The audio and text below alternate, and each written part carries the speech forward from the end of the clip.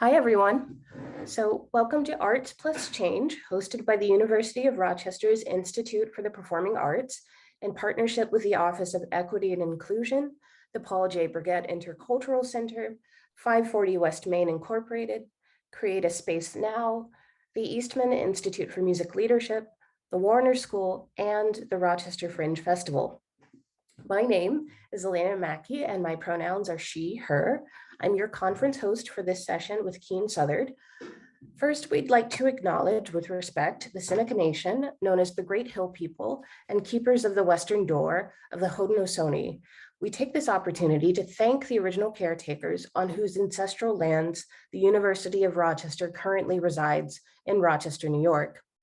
As we come together, we also want to honor the many lives tragically taken too soon in recent events by acknowledging the need for a commitment to constant action and attention surrounding the systemic issues that continue to impact each of us to this day.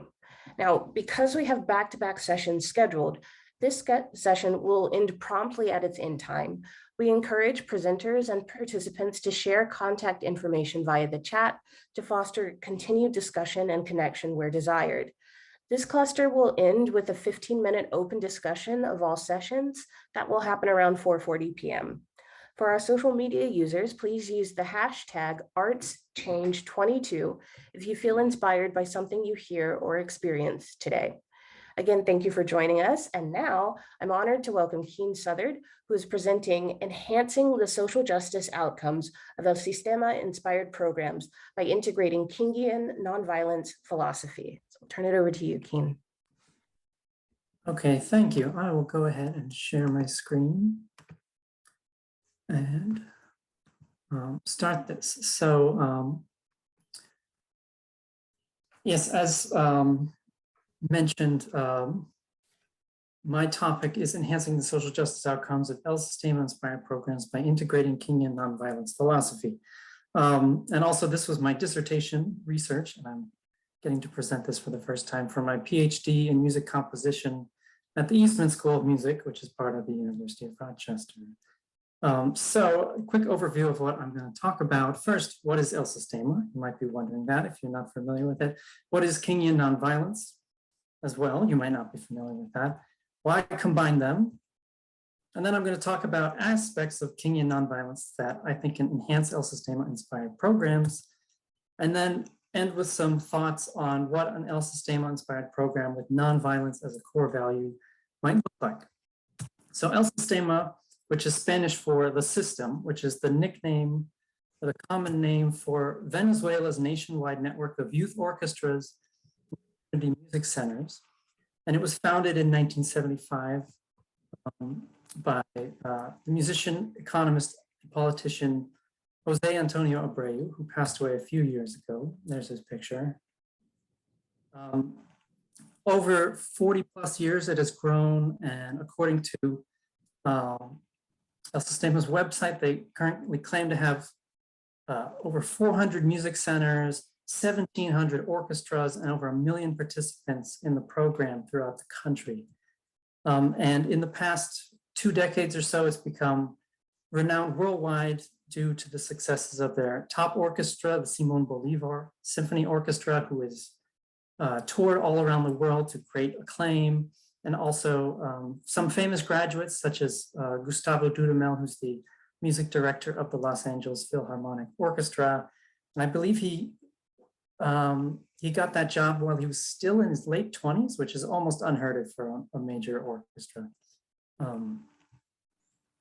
And its success has inspired the creation of more than 250 El Sistema-inspired programs, or what I'll call for short ESIPs, in more than 50 countries, including dozens and dozens here in the United States. So what makes El Sistema different than your typical music education program?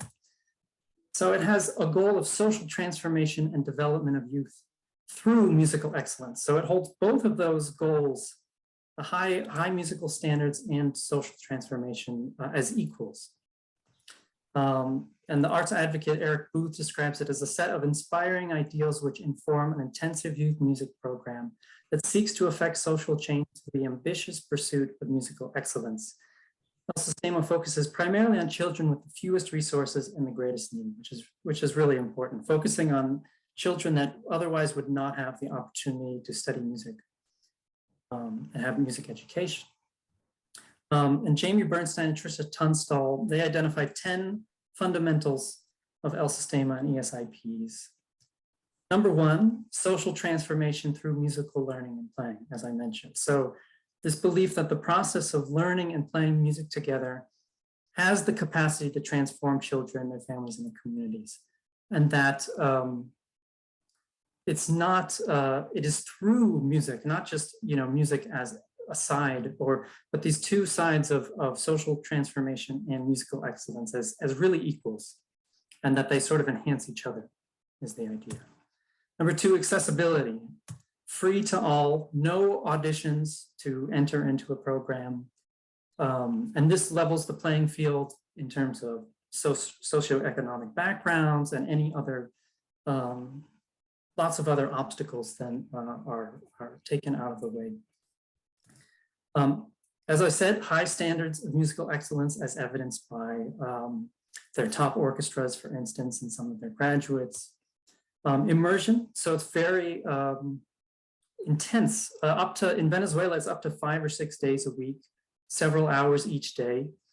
And this sort of creates a kind of like alternative world where the child, maybe in the rest of their life, might not feel as valued or safe. But in this program, they get to spend, maybe up to 20 plus hours a week in an environment where they feel valued, connected, and safe. Focus on ensemble learning. So in traditional music education, you tend to start off with private lessons, and then you might get to a level where you can audition and enter an ensemble. El Sistema does it backwards from this norm, where being in an ensemble is the norm from the very beginning. And then perhaps if you get to an advanced level, you might get private lessons, but those are the exception rather than the rule. Number 6, peer learning. So another way of fostering more of a sense of a community and the social aspect. Students are encouraged to help and teach others, especially those who are at a more beginning level. So this cuts down also on a sense of competition, that I have to be better than you, and fosters more collaboration and performing, so that the students get used to sharing music with others, which also, of course, can help alleviate senses of stage fright and performance anxiety. Involving families and communities, so it's not just the participants in the program, but always trying to extend the sense of the community beyond the program to the families, to the rest of the community living. Joy, that studying music and making music should always be fun and enjoyable, even if you're practicing a lot and really trying to reach working hard to reach the highest level and reach your goals. It should always still be fun. There should be a sense of joy. And lastly, ridiculous ambition. So the sense of setting goals that are improbably high and then passionately pursuing them as much as you can, doing everything you can to meet those goals, being very ambitious.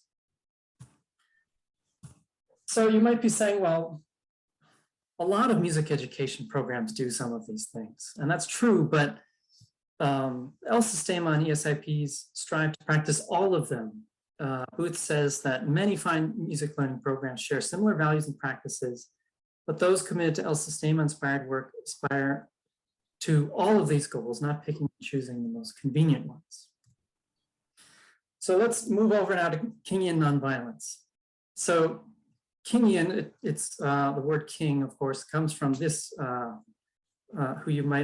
this man who probably everyone's familiar with here, Dr. Martin Luther King Jr. You're all probably pretty familiar with him, but just a quick overview. He was a minister and activist who rose to prominence as a leader of the American civil rights movement in the 1950s and 60s. And importantly, he advanced the movement through nonviolence and civil disobedience. And he was the first in the United States to to do that, to do nonviolent campaigns on a larger scale, on a societal level, rather than a sort of personal level. And importantly, he viewed nonviolence as both morally superior and more effective than violence in creating social justice. He said that even if he didn't believe it was morally superior to violence, he said he'd still do it because it's just more effective.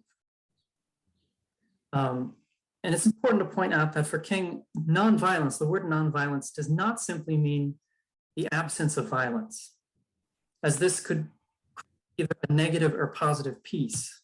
A positive peace, he says, is when conflict has been reconciled and justice has been achieved, whereas negative peace is where the immediate harm and violence is stopped, but the conflict is still ongoing, and violence can resurface and can start again at any moment. So you can think of it like, you know, in an actual war, having a ceasefire is negative peace. You know, they've stopped fighting, but the conflict is still there, hasn't been resolved, and could flare up into violence at any moment again.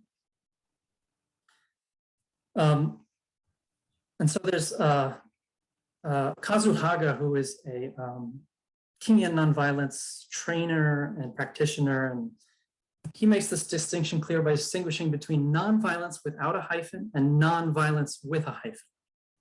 So nonviolence with a hyphen simply means not violent, and nothing more than that. Yet nonviolence without a hyphen is more than that. It is actively working to stop injustice without using violence, using other means. And nonviolence is also not the same as passive resistance, because it is not passive at all. For King, he says that true pacifism is not non-resistance to evil, but non-violent resistance to evil. And between the two positions, there's a world of difference. So it's not just letting, you know, not fighting and letting evil happen, but it is actively working against it, but with non-violent methods. So King, of course, was assassinated in 1968, and he never had the opportunity to really sort of codify his philosophy of nonviolence. So after his death, a good friend of his, Dr. Bernard Lafayette Jr., who was also a civil rights leader and a close friend with him, and is actually with him the day of his death, and then along with another man, David C. Jensen, codified King's nonviolent philosophy after King's death. They define Kingian nonviolence as an approach to conflict that seeks to understand the factors underlying the problem and to create an effective strategy by which to address them, a strategy based upon universal values deeply rooted in all the great religious traditions. In Kazu Haga, his definition is the Kingian nonviolence is a lifestyle and worldview that centers reconciliation above all else, refuses to dehumanize any individual, and cultivates loving compassion for all beings, no matter how much harm they have caused. So Lafayette and Jensen codified Kingian nonviolence into 6 principles and 6 steps. Now I'm going to focus on the 6 principles, which form the sort of core and value base of the philosophy, and form this basis for living nonviolently. The steps are more applicable generally to like a nonviolent social movement, like in an actual campaign. And so the principles actually are more directly pertinent to what I'll talk about with integrating them into El Sistema. So the 6 principles are: number 1, nonviolence is a way of life for courageous people. Now there's 2 important elements of this. One, that it's a way of life. It is not something you simply do, you know, in the course of a social campaign or something like that, and that's it, or at a protest or something like that. It's a way of living your life and treating every situation can be seen through that lens. And the other aspect is that it's for courageous people. It is not a cowardly thing. It is not refusing to use violence because you're scared. In fact, Mohandas Gandhi, who of course is one of King's great inspirations, said that he'd rather use violence than be a coward. Using nonviolence and living nonviolently is a very courageous thing to do. It takes courage to fight, but not through this default way that our society expects us to, which is with violence, but to fight in another way, with nonviolence.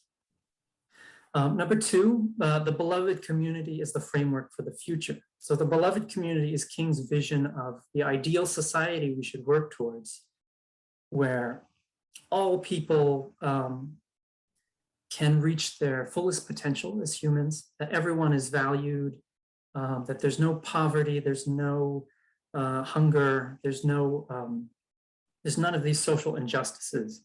There are still conflicts, but they're resolved in a reconciliatory way. And very importantly, the beloved community is radically all-inclusive. There is no one that is outside of it. Everyone has to be included in the beloved community. And very importantly, this means, as Haga mentioned earlier in his definition of it, including those who have harmed people and who want to harm others. They have to be included as well in beloved community. Number three, attack forces of evil, not persons doing evil. So Kingian nonviolence recognizes that it is not the person themselves that does the horrible thing, but that is a product of their experiences, of their society, of their upbringing, and often happens because of their own trauma and their own feelings of inadequacy. So we're never fighting, an evil person, but we're always trying to get at the root cause of what the evil is, what the problem is. And in that way, you can you can have empathy for even the people who are causing harm, and still include them in beloved community instead of casting them away, incarcerating them, for instance. And so this doesn't mean just allowing people to harm others, but it's instead seeing accountability as an act of love and not as revenge or punishment. Number four, accepting suffering for the sake of the cause to achieve the goal. So very importantly, this doesn't mean just accepting suffering, not simply suffering, but choosing to accept it. When you choose to accept a certain level of suffering, then it can be redemptive. Because the point of violence is to inflict suffering on others. If a person decides that they are going to accept that suffering, it takes away the power of violence.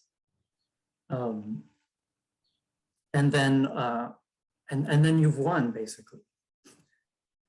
Number five, avoid internal violence of the spirit as well as external physical violence. So it's not just not fighting with someone physically, but it's also about dealing with the internal violence, such as, hatred for others, hatred for yourself, healing your own trauma from experiences and your own feelings of inadequacy and maybe lack of self-worth. This is all just as important as avoiding physical violence externally. And then lastly, number six is the universe is on the side of justice. King famously said, that the arc of the universe is long, but it bends towards justice. It's about having this faith and this long-term mindset that, even if it feels like we're not making much of an impact personally, or that we have setbacks, we will keep making progress. We will create a better world. We will get to beloved community, and having that faith that we will get there eventually. So those are very, very brief, quick overviews of El Sistema and Kingian nonviolence. So why did I have this idea? Why do I think that they can be combined? Well, El Sistema over the past decade has received increasing criticism, not about its musical achievements in terms of musical excellence, but about its claims of the social change that it has created. criticism that it might be inflated and more than it claims to be. So some critics cite a lack of research, a lack of independent research on El Sistema and El Sistema-Inspired programs in terms of their social outcomes. And even the research that's been done so far, there's pretty limited data, and some of the results are actually kind of mixed. Critics point to a lack of focus on social justice and say they really focus more on the musical side and need to have a more intentional focus on social justice. That there's been a lot of assuming that the social benefits will happen automatically as a result of excellent musical instruction, but that's a real assumption, and others suggest this is not the case. Paul Woodford, for instance, says that music instruction alone, without lessons in compassion, humility, self-restraint, and mutual respect, and particularly in the absence of appropriate modeling of those values and virtues by parents and teachers, is no more likely to contribute to the development of good citizenship and humane values in children than is more exposure to music likely to make them smarter. And up to this point, the social goals of ESIPs have largely focused on creating paths out of poverty, improving academic performance, developing cognitive and social skills. Now, these are all important and necessary things. I'm not arguing that they should be thrown away, but I argue that they could be expanded to include, as Woodford says, sort of the development of positive and humane values, and that this could and should enhance the social justice outcomes of these programs. And I suggest that this can be done in an effective way by integrating Kingian nonviolence philosophy into these programs. That this can sort of transform these programs from organizations that are sort of promoting or trying to do social change to a powerful position of living or being social change, really embodying it. And then social change will sort of flow from that embodiment. Now, in my dissertation, I talked about pretty extensively about the compatibility between the El Sistema fundamentals and the Kingian nonviolence principles. Here's this chart I made sort of showing those connections. And you can see that all of the El Sistema fundamentals connect to one or more of the Kingian nonviolence principles and fit with them. I don't have time to, though, talk about that right now, but I want to move on to, okay, so what does this actually look like? So what aspects of Kingian nonviolence can fit with music and enhance ESIPs? So one is transforming conflict. So Kingian nonviolence views conflict as not a negative thing to be avoided, but as a neutral thing, as an opportunity with a goal of reconciliation. So the goal is for the two sides, ideally at the end of the conflict, to become closer together than where they started. So it's actually an opportunity to bring the two sides closer. And music can be a safe medium for understanding, growing more comfortable with, and practicing conflict reconciliation. In musical form, we often have a conflict between two musical ideas that needs to resolve in some way. We see this in the sonata allegro form of classical music, for instance, but also in like the concept of a mashup where you have two songs that are different songs that are mashed together and figure out a way to fit together and create something new. This can be done with dealing with stage fright, as I mentioned, focusing on mindfulness and awareness of why we are sharing music. Why are we performing music? Instead of seeing this as a conflict, seeing it as an opportunity to see it in a different light. So changing the focus, for instance, from self-centered fear, this, thinking, I don't want to be judged if I make a mistake, a sense of fear of mistakes, to excitement focused on the music itself, thinking, I'm excited to get this opportunity to share this music with others through this performance. And then, of course, there's lots of opportunities to practice conflict reconciliation just by the fact that this is a community of people working together, in a program like this, that conflicts are going to inevitably happen, and disagreements. And these are great low stakes sort of situations in which we can practice resolving and reconciling conflicts. Interrelatedness and interdependence. So Kingian nonviolence, it's really important to understand, to create beloved community, you have to understand the interrelatedness and interdependence of life and people. And music can teach this interdependence in a lot of different ways. El Sistema focuses on ensemble music. So focusing on, everyone in the ensemble is playing a unique role and adding their part, and is necessary for the entire work and the entire performance. Everyone has a unique and important role to play. And if one of those is missing, then it's going to be a lesser performance and it won't be complete. This can be shown through an exercise that John Blacken calls democratic polyphony, where you take a single melody that could be played by one person on an instrument or sung, but you break it up so that it has to be passed. Every person gets one or two notes, and then it gets passed to the next person.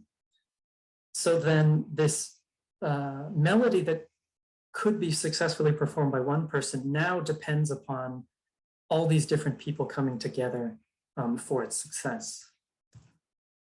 You can teach this interdependence through group improvisation and composition. And thinking about the ensemble as this sort of microcosm of beloved community, where everyone is adding their own contributions, even more than just, in an ensemble where you're playing already written music. It's enhanced in group improvisation and composition because everyone is creating and really from scratch, and has a greater stake and greater say in what the overall sound and result is going to be. And once you see the ensemble as a sort of microcosm of beloved community where everyone is important and everyone is contributing, it can then be extended to beyond the ensemble, to the whole program, to the community, to the country, to the whole world, and keep expanding it. This can be taught through analyzing musical works to understand how every note, every melody, every part in a musical work is integral, and how they all work together. And then of course, there's opportunities for interdisciplinary understanding here, connecting music to the rest of students' lives in other disciplines, other aspects of their life beyond the program itself. So for instance, alongside performing an elegy, which is a piece that is in memoriam, for instance, for someone who has passed away, you could explore as a group how, for the composer composing it, and also for the group, how performing it can help in the process of grief. Another aspect is courage. So living, as I said, living nonviolently is a courageous act. It takes courage to resist responding violently when violence, as King says, has been institutionalized in our cultures. It takes courage to trust others, to try and understand others' views, which is so important now, when, especially in our country where we become so polarized, many of us can't even listen to what people on the other side, what their views are, because we just think that they disagree with us and they're wrong. It takes courage to actually listen and try to understand. It takes courage to share and express your own feelings and beliefs, to be your authentic self, and also takes courage to forgive those who have harmed you. These are all important aspects of living nonviolently. And so in music provides, again, low stakes, sort of safe opportunities for students to venture beyond their comfort zones and develop courage. Developing trust within the ensemble and program, trusting that your ensemble mates are going to play their parts and that they're going to do their best and you're going to do your best, and we're going to create this, perform this work and create this music together as best we can. Understanding the importance of silence and breathing in music. silence, being silent is very vulnerable. Some of us, it can be very scary to just sit with silence. But silence is an integral part of music. Both silence where you are in an ensemble not playing and someone else is playing, but also where everyone is silent together. Exploring that and becoming comfortable with that is a way to develop courage. And also breathing in music, not just, for instance, woodwind and brass instruments or singing where breath actually creates the sound, but even in strings and other instruments like keyboard instruments where you're not physically creating the sound with your breath, but you think about breathing, you think about phrasing, using mindfulness and awareness of what is happening in your body and what you're feeling is a way of getting in touch with those feelings as well. In improvisation, it takes courage to improvise. You are creating something on the spot very quickly, and mistakes are common. In fact, it's even expected sometimes in improvisation. That takes courage. But you can view mistakes instead not as errors to be avoided, but as opportunities. There's a saying, for instance, in jazz improvisation that if you make a mistake, you have to make a second mistake to justify the first mistake, so it doesn't sound like a mistake. But then what happens is you start going down a path you didn't intend to go down, and now you're in new territory and you're exploring somewhere new. This also happens in, for instance, in like improvisational comedy, where there's this idea of that you have to say yes to whatever your partners that you're improvising with suggest. You know, because if you say no, then it seems like a mistake. But if they suggest something, you have to just go with it, and then you're going down a path, again, that you didn't expect to go, but you have to go with it. And now you're exploring new ground and finding new opportunities. Composing as a vulnerable act. As I said, I'm a composer. All my degrees are in composition. I know firsthand how vulnerable composing can be. Spending sometimes months composing something by yourself, it's a very personal reflection of yourself. And then sharing that publicly with others in a concert, or with it's for a large ensemble, all of these musicians coming together trying to perform it. It is a very vulnerable thing and a very sort of scary thing. And that's a way of developing courage. And through music, you can explore and express feelings in a very safe way, because there's this kind of distance between feelings that we ascribe to the music and feelings that we ourselves as performers or as audience members actually experience. So for instance, if we play sad music, that doesn't necessarily make the performer or the listener sad. There's actually some distance there. And so we can, I mean, sometimes it is a direct correlation, right? For instance, you know, you might hear joyful music and that makes you happy, but it's not always, it's more complicated than that. And so music can be a way of, especially with these more negative emotions, exploring them in a safer sort of way where there is that kind of distance. Listening, of course. In Kingian nonviolence, reconciling a conflict, as I said, it requires listening to and understanding the other side's point of view, no matter how much you may disagree with it. And this requires active listening, not the listening that many of us, and myself included, do by default, which is listening to refute, listening to thinking about what you're going to say to refute the other person. But active listening is focusing attention on what the other person says with the purpose of understanding rather than refuting. So active listening also, of course, is necessary for high-level music making.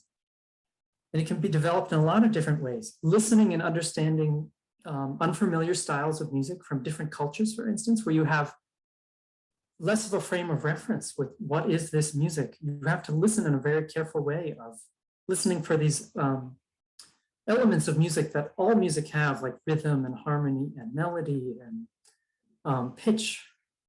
You have to listen carefully if you're going to understand that music from a culture that's unfamiliar to you. Or this can even be with musical styles that students are familiar with but might dislike, but they've never really listened to very closely because they, say, I don't like that music.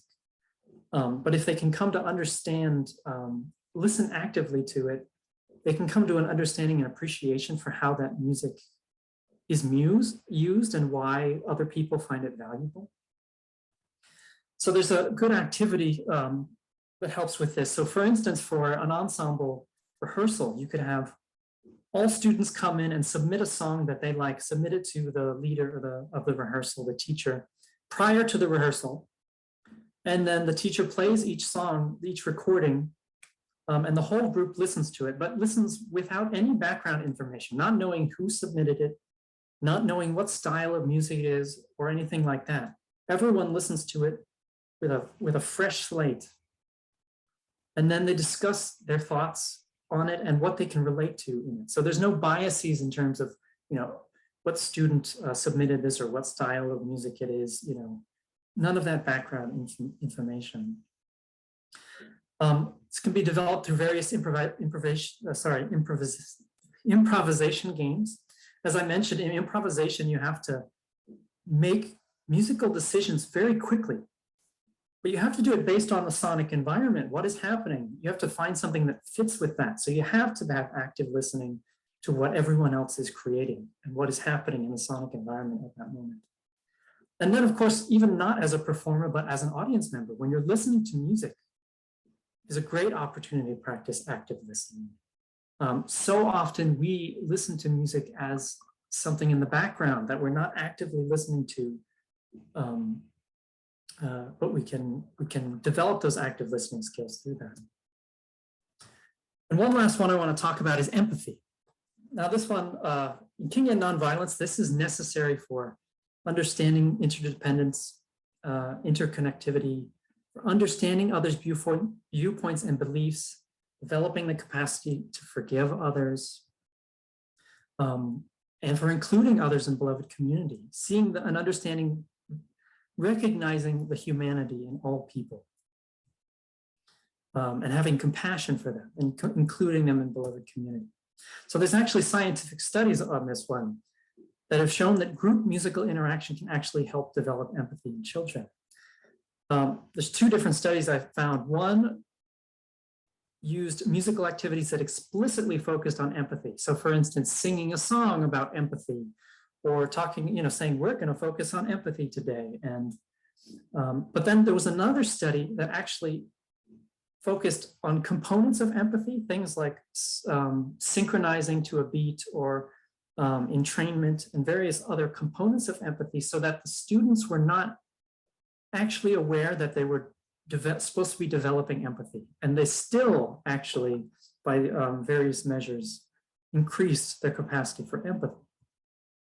So in music, this can be done with numerous musical games and tasks, group composition and improvisation, again, where you have to interact with others and make decisions and contribute.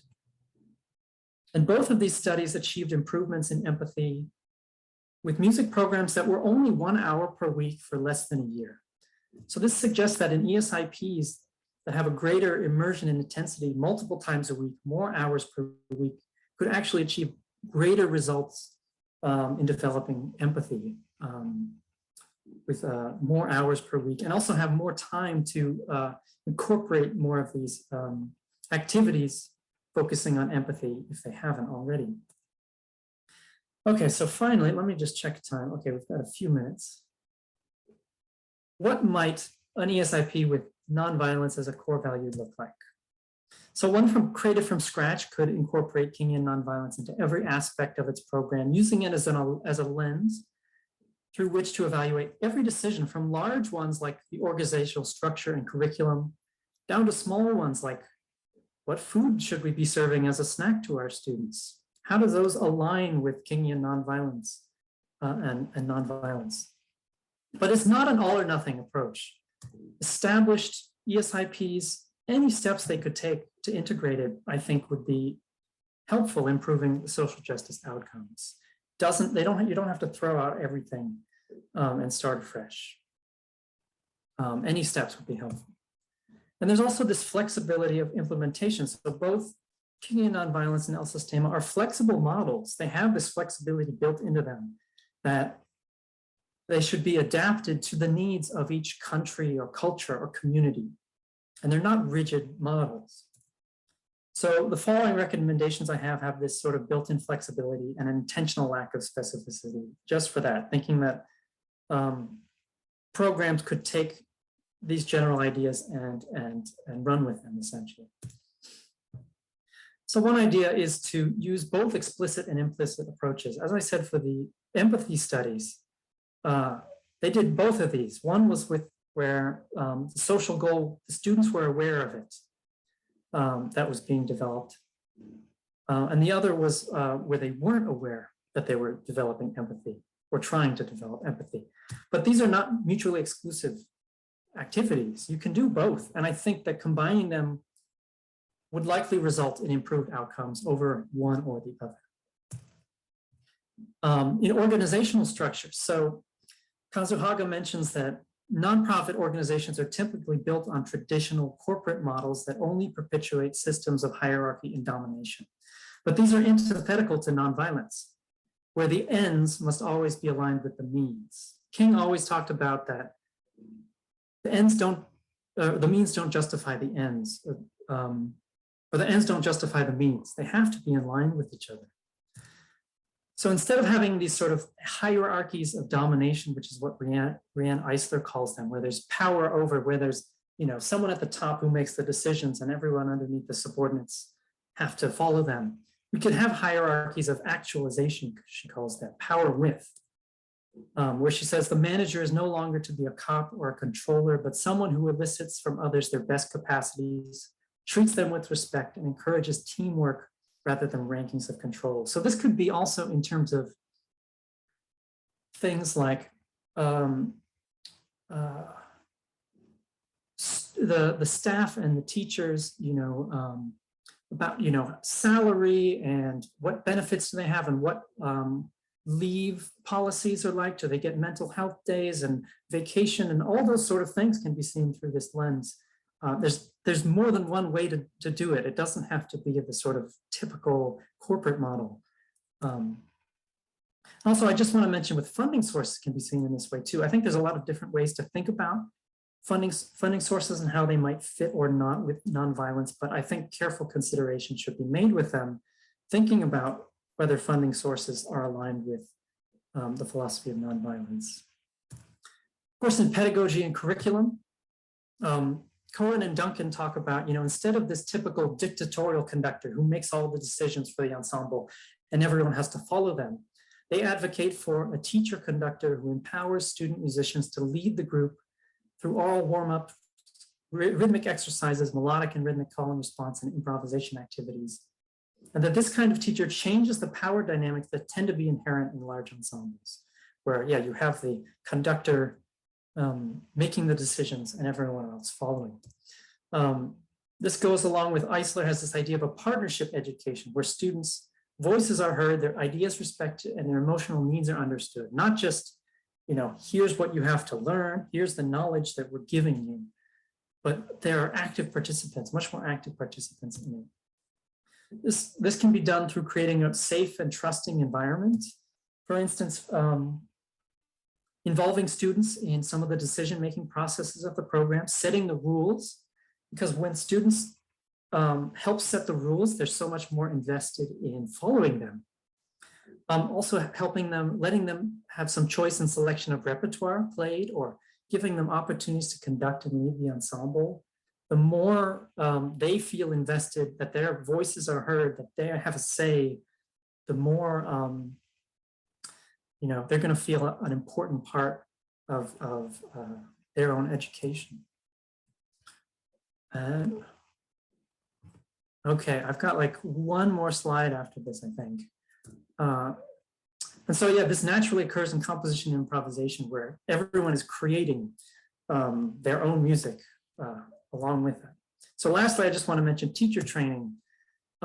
This is very important because teachers must model and embody nonviolence themselves. But most are not trained to do this. There is actually Kingian nonviolence teacher training that exists. It's not music specific, but there's an organization, for instance, called Nonviolent Schools Rhode Island that offers teacher training. Teachers have to encourage ways to allow students to have input, as I just mentioned. And this is necessary for group improvisation and composition. But a lot of music educators are not experienced or comfortable leading these, or even as participants. They're used to, playing what's written on the page, for instance, especially classical musicians. So they have to be, we have teacher training in this way would be necessary. And then just in dealing with behavior problems, these have naturally come up with dealing with students, with children, with youth. And you can use the nonviolence framework for that as well, because punishment is actually antithetical to nonviolence, not just violent punishment, but non-violent with a hyphen forms of punishment as well.